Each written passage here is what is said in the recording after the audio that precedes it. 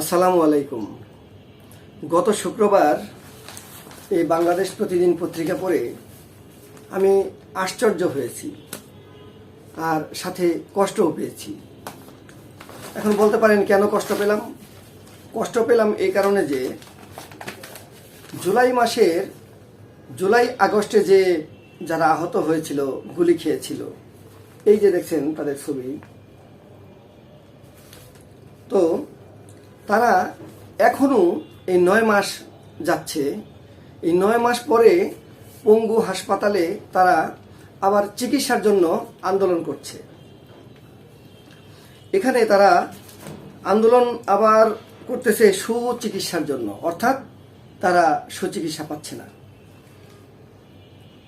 এখন আমার কথা হলো যে যাদের আত্মত্যাগের বিনিময়ে, যাদের জীবনে আজ পঙ্গুত্ব নেমে এসেছে, অন্ধত্ব নেমে এসেছে, তাদের কারণে আপনারা আজ মসনদে বসেছেন, কিন্তু তাদের কি হবে? আপনাকে তাদের দিকে নজর দেবেন না? এখানে আছে আহত মোহাম্মদ তানভীর হোসেন বলেন, আমাদের সুচিকিৎসা নিশ্চিত 2-6।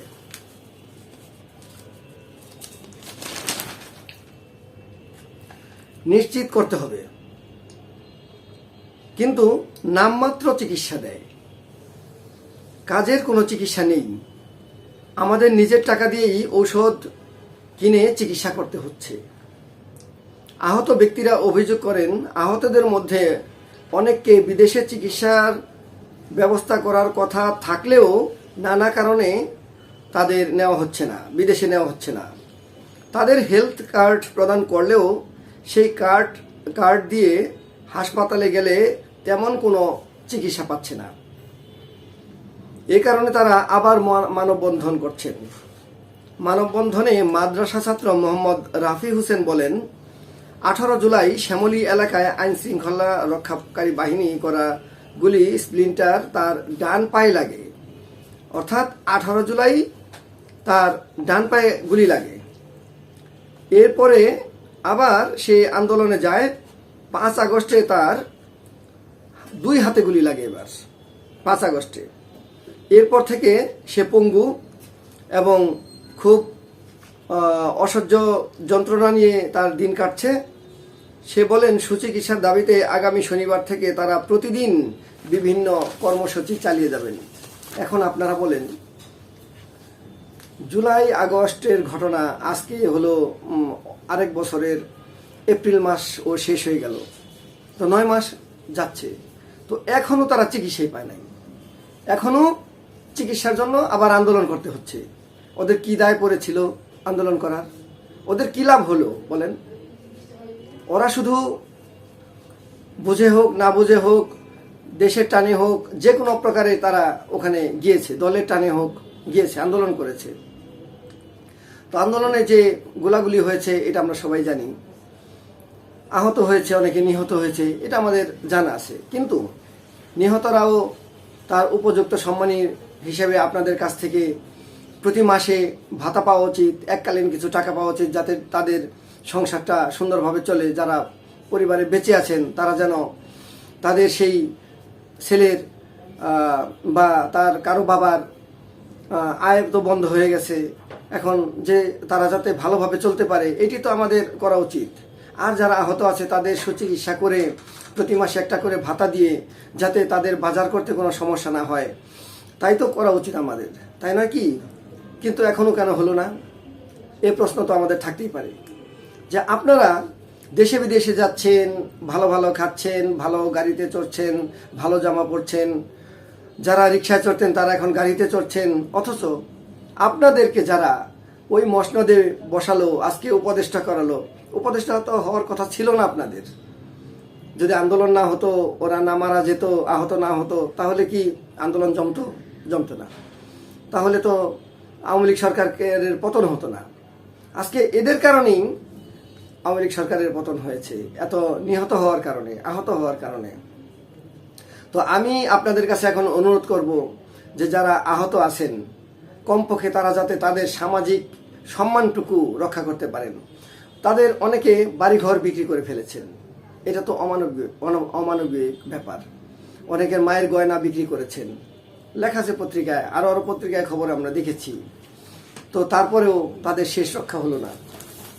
আরও একটি ঘটনা আছে, ঠিক তার 2 দিন পরে, অর্থাৎ 27 তারিখে, 27 এপ্রিলে, 2 দিন আজ থেকে 1 দিন আগে আর কি, আরেকটি খবর হলো, চোখ হারানো মাহবুবের স্ত্রীও রইল না।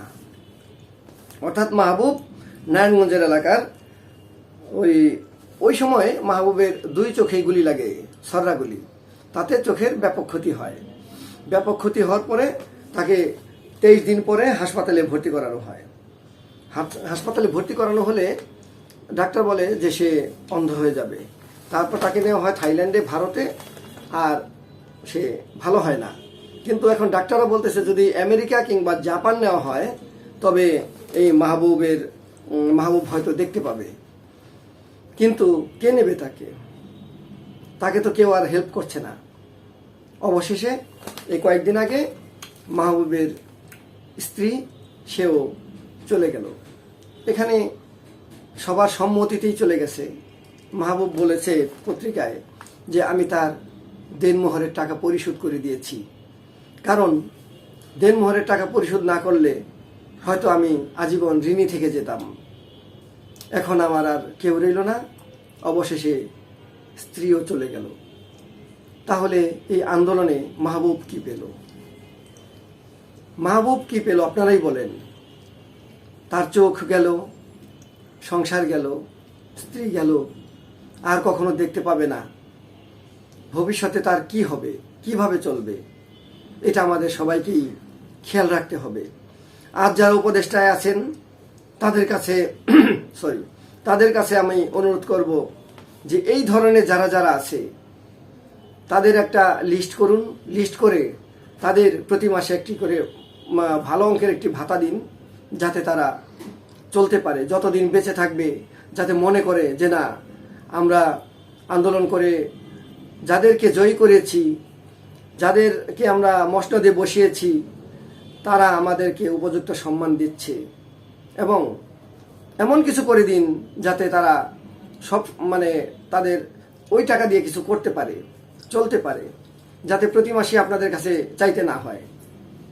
অবশেষে এই অনুরোধ করে আমি আমার এই বক্তব্য শেষ করছি যে আহতরা যে যেখানে আছে তাদের সুচিকিৎসা দিন, তারা যাতে আন্দোলন কমপক্ষে না করে। এটা দেখতেও খারাপ দেখা যায় যে চিকিৎসার জন্য আবার আন্দোলনও করছে। সবাই ভালো থাকবেন। আজ এ পর্যন্তই। আসসালামু আলাইকুম।